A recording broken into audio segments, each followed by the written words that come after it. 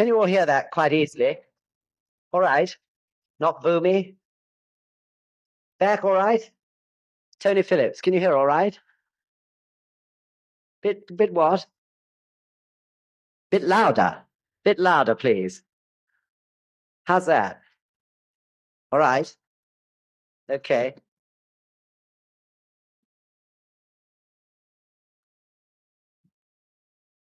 Evening, everybody. I expect some of you have had quite a difficulty getting here. And no doubt you all know the news of the trouble at the Iranian embassy. I don't too many. Tonight is a continuation of the lecture of last month about the three great secret laws, which make the one great secret law of Nam-myoho Renge Kyo. I don't pretend that this is easy to understand, but I hope that through this study it'll lead to you all thinking more and more about this aspect of our faith and practice. And through it, gradually, your realization of the meaning of the three great secret laws will grow. So you remember last time, to try to help us, we used this diagram here. And the three great secret laws are shown there. Number one being the Daiga Honzen, the object of devotion. And number two being the Daimoku, the chanting which we direct the Gohonzen. And number three, at the lower part there, the sanctuary, or Kaidan as it's known, the place where the Daiga Honzen or the Gohonzen is enshrined.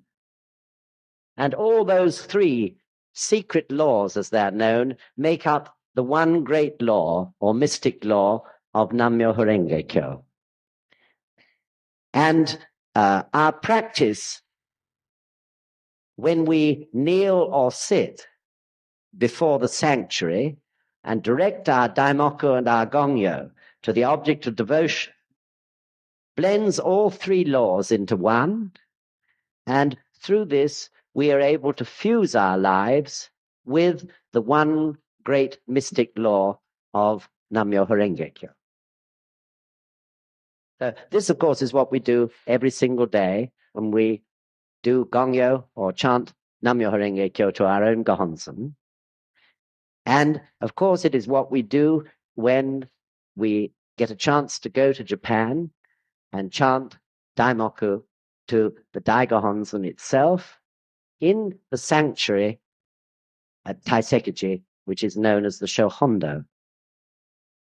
So today, we want to consider each one of these secret laws in a bit more detail.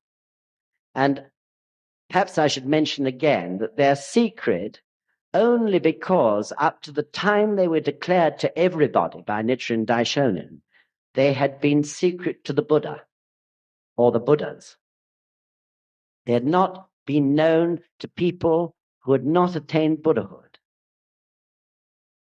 But with the advent of Nichiren Daishonin in the 13th century in Japan, he declared these secret laws so that they could be understood and used by everybody. This is the sense in which they are secret. Secret over many, many thousands of years, while the time was awaited for them to be propagated.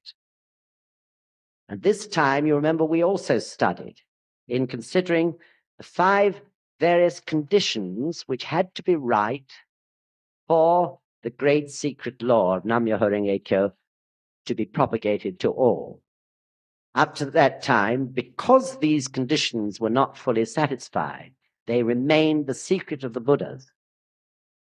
But now, when the capacity of the people is capable of understanding, they were propagated first by the declaration of Nam-myoho Renge Kyo by Nichiren Daishonin on the 28th of April, 1253. Then followed the inscription of the Daiga Honzen on October the 12th, 1279. And finally, the great high sanctuary was established in 1972 on the 12th of October. when the followers of Nichiren Daishonin were sufficient to enable such a great place, the prime point of worship of people from all over the world, to be constructed. So those of you who've got this book with you, we turn to page 3 and make a beginning with the object of worship of true Buddhism. Top of page 3, the object of worship. And I'll ask Bill to start to read. The object of worship is known as honzon in Japanese. This literally means fundamental respect. This is basic to the 3 great secret laws. The object of fundamental respect that a religion presents to its people will determine the validity or depth of that religion. Further, it will decide the believer's happiness or unhappiness. Indeed, the object of worship is the most important factor in any religion. Thank you. So, the object of worship could also be called the object of fundamental respect. That is the literal translation of honzon. Or some people, including myself, call it the object of devotion. Perhaps in the West, we're a bit sensitive to this word worship. It has perhaps connotations from the past that tend to make us wince a bit. If you wince at object of worship, please call it object of devotion or object of fundamental respect. Whatever happens, we discover through the practice that this object of devotion or fundamental respect becomes the prime point of our lives. This is the important point to understand. Focal point or the prime point to which we return at constant and regular intervals in order to put our lives in balance with the life or law of the whole universe. So perhaps to some of us, fundamental respect is a much more comfortable way of calling it, rather than object of worship. And in this first short paragraph, the writer stresses the vital importance which an object of worship or object of devotion has in any religion. Nichiren Daishonin clearly understood the need for mankind to have an object of devotion. Since his day, many writers and philosophers have pointed out that mankind seems to need an object of devotion. And if they're not given one by a religion, or if the one that is given to them by a religion becomes unsatisfactory for one reason or other, then they'll make up one for themselves. So if you look at the world today, there are a myriad objects of devotion or fundamental respect. Some are known as religious objects of devotion. Others don't seem to be religious, yet in a way they belong to a religion or ideal or belief to which people direct their whole lives. So for some, money can be an object of devotion. To others, golf can be an object of devotion. To others, a girlfriend or a boyfriend, a husband or a wife. Unless man has something higher to devote himself to, he will invent his own. And of course, since these are transitory objects, they will change from time to time during his life. But if you study most people's lives, you find that they have created an object of devotion if they have not a strong religious object of devotion to turn their lives to. So Nichiren Daishonin clearly understood this, the need for an object of devotion. In the Christian church, there is no, strictly speaking, object of devotion, but the fact is that the church itself has permitted objects of devotion in order to fill that gap. So to some in Christianity, the cross is the object of devotion. To some, the cross with Christ crucified is the object of devotion. To others, the Virgin Mary is the object of devotion. To others, a particular saint. But it seems that man needs this focal point to make his prayers meaningful. So Nichiren Daishonin created an object of devotion which is unchanging and absolute. The object of devotion representing the law or rhythm or driving force of the whole universe. The 65th High Priest, Nichiren Shonin, says, religion in general has to have both an object of worship and a system of doctrine. Religion without doctrine is no religion, but mere belief. Reference to doctrine without any object of worship is philosophy, different from religion. I think this is one of the most important paragraphs that Bill will read tonight. I'll ask him to read it again. The 65th High Priest, Nichiren Shonin, says, religion in general has to have both an object of worship and a system of doctrine. Religion without doctrine is no religion, but mere belief. Reference to doctrine without any object of worship is philosophy, different from religion. So what is religion? Religion is not only a matter of devotion, is it?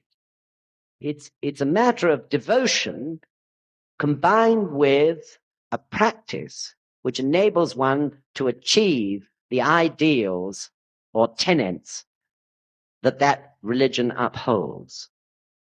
He says religion in general has to have both an object of worship and a system of doctrine.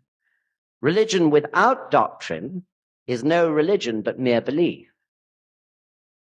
The true religion must be able to explain everything that it propounds. And everything that it propounds must be provable in this lifetime.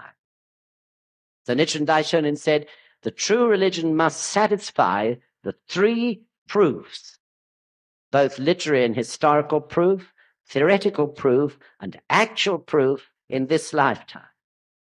Unless a religion can fulfill those three proofs, then it is in the category of a belief which cannot be fully substantiated. And then he goes on to say, reference to doctrine without any object of worship is philosophy, different from religion. There are many philosophies which preach doctrine, people's thinking, people's arguments, and their conclusions. But unless there is some object to which a person can practice and prove those arguments to be correct and applicable to their own life, of what use in the end is it? You can read a great book of philosophy, and it may broaden your mind and deepen your thinking. But if in the end it is just ideals which you cannot consistently sustain and maintain yourself in your daily life, it's but a dream, isn't it? The reference to doctrine without any object of worship is philosophy, different from religion. The greatness and completeness of Nichiren Daishonin's Buddhism is that not only does it give you the doctrine which satisfies the first two proofs, literary or historical proof and theoretical proof, but it also gives you an object of devotion and a practice to it which proves the doctrine in your own life or lifetime. Nichiren Daishonin expounded Nammyo Horenge Kyo, the mystic law of Kuon-ganjo that permeates the great life of the cosmos, and embodied it in the Gohonzon as the object for all people to worship. His inscription on October the 12th in the second year of Koan, 1279, was the Dai Gohonzon of the high sanctuary of true Buddhism. This was the ultimate purpose for which Nichiren Daishonin appeared in this world. So the marvelous thing about Nichiren Daishonin's object of worship was that it went to the very core and essence of life. And because it was the core or essence of life, it was It is and was and will always be absolute, unchanging, constant. Whatever happens in one's daily life, whenever you go back to the Gohonzon, it is always the same, isn't it? Though you may go to the Gohonzon in a state of anger, you join yourself with the absolute, unchanging, constant entity or essence of life itself. Something that hasn't changed one little bit since you went in front of it a few hours previously. And isn't this what the whole world is lacking? Even a statue of the Buddha depends upon what the statue looks like. If the statue is tranquil, it'll make you feel tranquil, maybe. If it's laughing, it'll make you feel joyful while you're in front of it. If it's meditating, it may make you feel like meditating. But it entirely depends, doesn't it, that statue, on the mood or state of life of the person who sculpted it. Whatever that particular human being wished to convey through that piece of sculpture will be the effect on your life. But in the case of the Gohonzon, it isn't a piece of sculpture. It isn't a statue. It isn't a picture. But characters, Chinese characters, which convey the essence of life itself. Each character with its own infinite meaning, which we discover more and more as we practice to it. Those characters and their meaning are constant, unchanging, absolute in their whole meaning. We're not reliant on picture or the mood of anyone, any human being, in conveying something to us. What is conveyed to us is the depth and essence of the meaning of those characters. And in their wholeness, those characters' meaning is something totally unchanging and constant. The original law of the universe, which Nichiren Daishonin realized, was manifested as Nichiren Daishonin's life itself. The law is Nam-myoho Renge Kyo. And Nichiren Daishonin, who appeared in the latter day of the law, is the original Buddha endowed with the three properties. The original Buddha of Kuon Ganjo since time without beginning or end. Both the law and the person are one, which is the Buddhist term known as Nimpo Ikka. This is an important paragraph and probably a little difficult to understand. In inscribing this Gohonzon, this object of devotion, Nichiren Daishonin, in his wisdom, realized that in some way he must make this law and the depths of its meaning tangible to us. If it was something very abstract, it would be extremely difficult for us to understand. So he set about the inscription of this Gohonzon from two aspects. One, the law itself, and the other, the person. In other words, he realized that to make this object of devotion tangible to us, something that we could really understand and grip onto, it must relate to human life. And since he, through his efforts, had become one with the law as a Buddha, he decided to inscribe his own life. So the characters on the Gohonzon are, as it were, a formula of the life of a human being in the Buddha state. Life of Nichiren Daishonin, a human being born into this world, into an ordinary, indeed poor family, who nevertheless had attained the Buddha state. So this is very meaningful to us. If it was just a law, it would be very difficult for us to really feel it in our lives. But since it is also a person, we can feel that person's life through setting about the task of making ourselves know more and more about it. So this is why study is so important in Nichiren Buddhism. Through study, we can gain an idea of Nichiren Daishonin's life. Through reading his writings, we can feel his compassion, his wisdom, his courage, all the other great qualities that he revealed. And through this, the Buddha state becomes a living thing to us. Whereas a law would be like laws nearly always are, something rather remote and difficult to relate to. So when Nichiren Daishonin inscribed the Gonzin, he said, I'm inscribing my life. And through our study, we understand that life more and more completely and relate our own lives to it. And through relating our own lives to it, we see the difference between the life state we're in the moment and the life state that is represented on that object of devotion. And we desire to close the gaps and narrow the differences between our state of life and the Buddha state that graphically exists before us. This is why he chose to make the object of devotion from two aspects, one being the law and other being the person. In this sense, the person equals the law and vice versa. Nichiren Daishonin is the object of worship in terms of the person, and Nam-myoho Renge-kyo is the object of worship in terms of the law.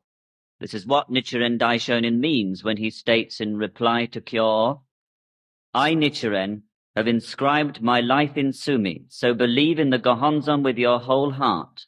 The Buddha's will is the Lotus Sutra. But the soul of Nichiren is nothing other than Nam-myoho Renge-kyo. Nam-myoho Renge-kyo, Nichiren, inscribed down the center of the Gohonzon, stands for the oneness of the person and the law. Thank you. So that summarizes a little of what I've been saying. Nam-myoho Renge-kyo, Nichiren, down the center, is the personification of the person and the law. Nam-myoho Renge-kyo, Nichiren, a human being in the Buddha state.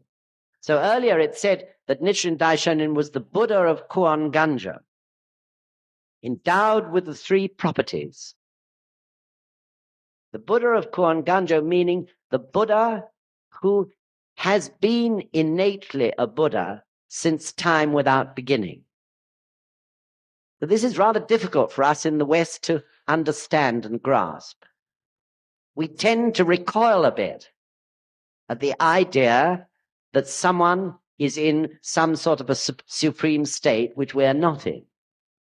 And many of us may have been disappointed with religions that have propounded such seemingly the same thing in the past. But in fact, it's not at all the same thing. What Nichiren Daishonin was doing was trying to relate his life state to us so that we can attain the same life state. Someone has to begin everything. Each one of us here has to be taught, don't we?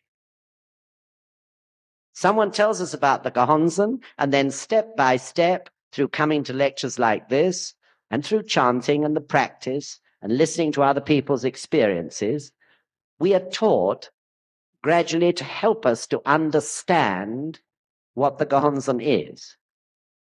But someone had to make the beginning.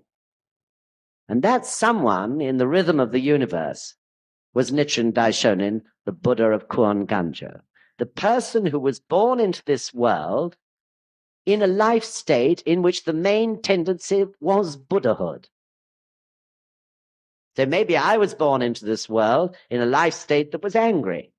Maybe Bill was born into the world in a life state which was something else. But in the case of Nichiren Daishonin, his basic tendency of life on birth was Buddhahood. And his function is essential so that we can function. so that we can understand our Buddhahood. In the natural rhythm of life, this is inevitable, isn't it? Someone must always make a beginning. Someone was the first person to invent the steam engine. Someone was the first person to invent an aeroplane. Those people were born with the innate ability to do such a thing. Yet we don't feel upset because one person invented the aeroplane or one person invented the steam engine. But we have a tendency to feel upset when it comes to matters of religion because of past experience. Nichiren Daishonin was the person to invent, if you like, the Gohonzon. The person who had the innate ability to teach Buddhahood to everybody. In no sense was he superior or super. But he had this innate mission, just as each of us also have important missions. But we respect, of course, Nichiren Daishonin because he had that ability and achieved Buddhahood on his own and was able then to teach us. Therefore, we totally respect his life. So when we look at the Gohonzon, we are looking on it not just as the law of the universe, which is something very difficult and mystic to understand, but we see the Gohonzon more and more as Nichiren Daishonin's life. And therefore the Gohonzon lives more and more to us as we get to know his life. So we can't advance unless we look at the Gohonzon as the person as well as the law. If we hide our heads from the aspect of the person, we cannot change our lives and do our human revolution. It is only by respecting the Gohonzon as the person, as a human life in the Buddha state, that we can relate it to our own lives and change those areas that need polishing and improving. So the aspect of the law and the aspect of the person are of vital importance to our understanding.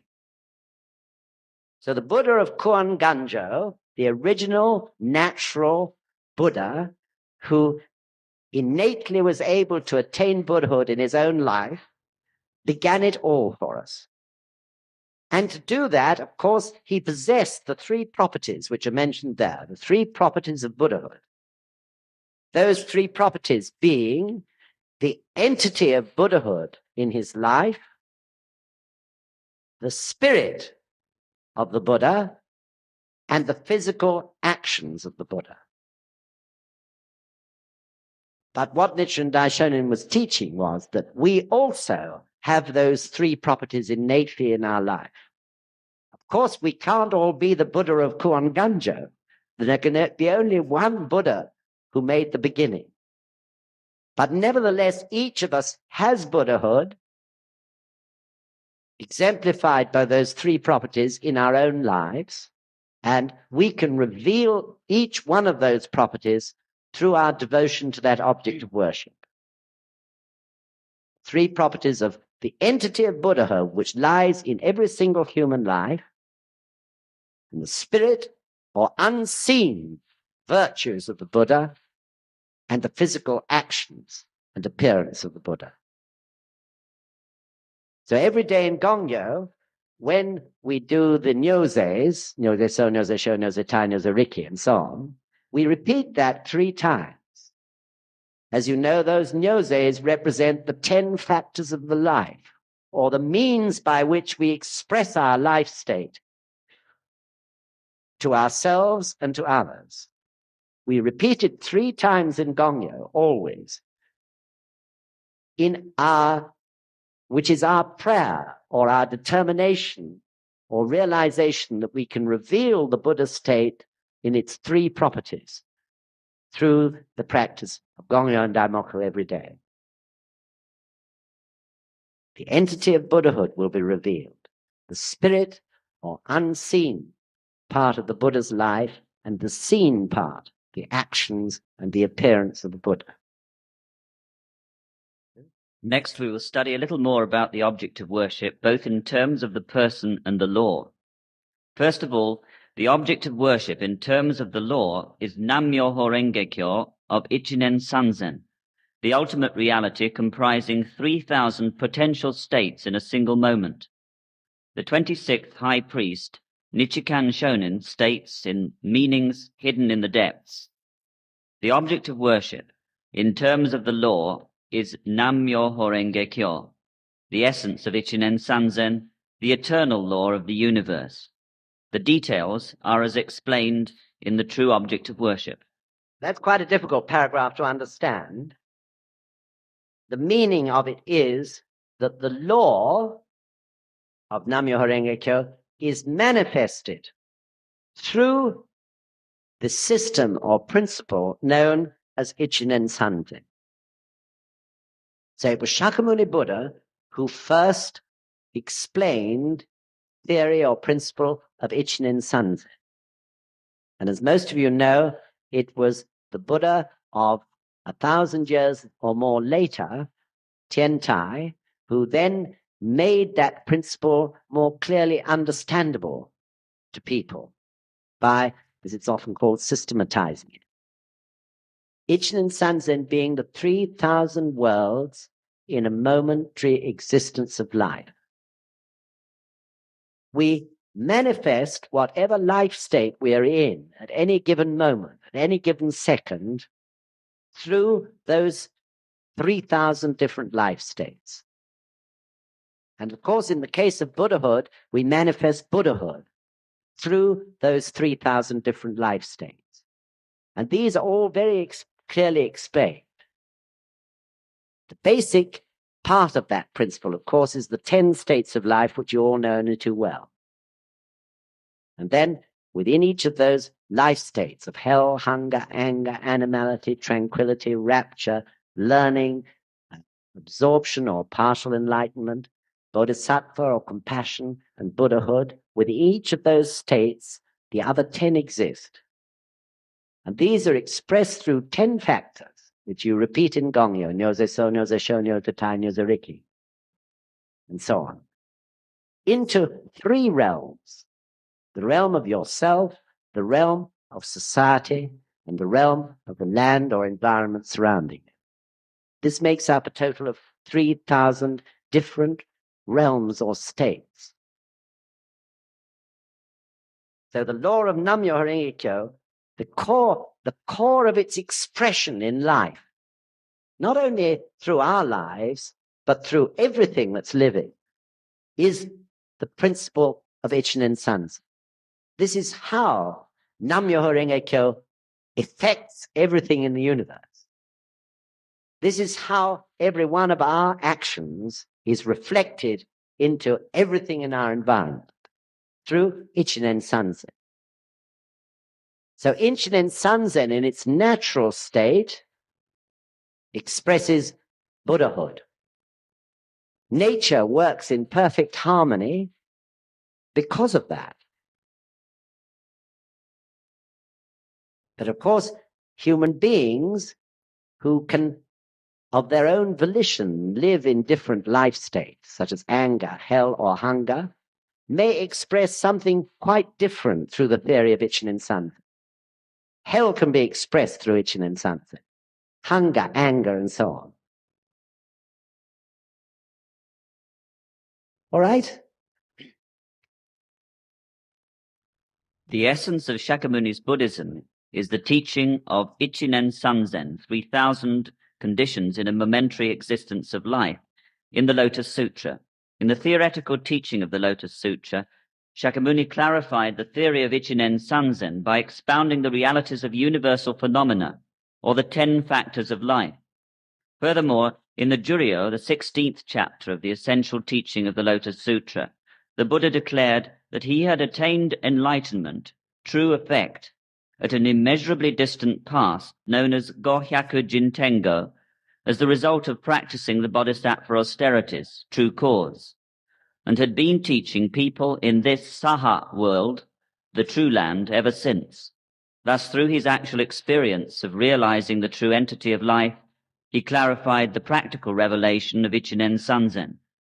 However, when viewed from the perspective of Nichiren Daishonin's true Buddhism, hidden in the depths of the essential teaching of the Lotus Sutra, both the theoretical and the practical revelations of Ichinen Sanzen remain in the category of a mere theory. Only Nam-myoho Renge-kyo is the actualization of Ichinen Sanzen and the fundamental seed for all people in the latter day of the law to attain enlightenment. Nichiren Daishonin embodied this as the Gohonzon. The enlightenment of plants states in part, the great mandala is the embodiment of the principle of Ichinen Sanzen. The scholars of this day stop halfway and are not fully learned, so they cannot even dream of understanding it. So what I think we have to understand there is that in the days of Shakyamuni, the people had over eons, lifetime after lifetime, been working towards the attainment of Buddhahood by carrying out ascetic practices and so on. Step by step, over eons, these people, as a result of having the seed of Buddhism sown in them eons previously, gradually attained Buddhism over lifetime, Buddhahood over lifetime after lifetime. But as Nichiren Daishonin and Shakyamuni and all the Buddhas of Zoho, indeed, no doubt all the Buddhas of the universe, if we but know them, have clearly said, in the time of the latter day of the law, a different procedure is necessary. The latter day of the law, so far as this planet is concerned, was 2,000 years after Shakyamuni's death. Shakyamuni said this would mark the beginning of a tumultuous period in the history of this planet.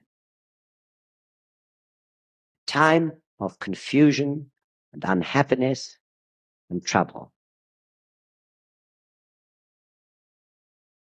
So it is during this period that, if you like, instantaneous or instant enlightenment is necessary. In those previous times, this great planet was still growing, still within the first half of its cycle of birth, growth, decline, and death. Everything was still comparatively young and fresh. When I was 10, 11, 12, when you were the same age and younger, you were filled with natural life. Nothing seemed to flag one's energies, both spiritually and physically. Small children are constantly inventing and creating. Whenever you look at them, they have boundless energy, not just physical energy, but spiritual or creative energy as well. But as one's life progresses, this natural verve begins to flag. And this is much more so in this age than it was in the fresh days 1,000, 2,000, 3,000 or more years ago. The pressures of life now are enormous. This is in the very nature of the development of this world.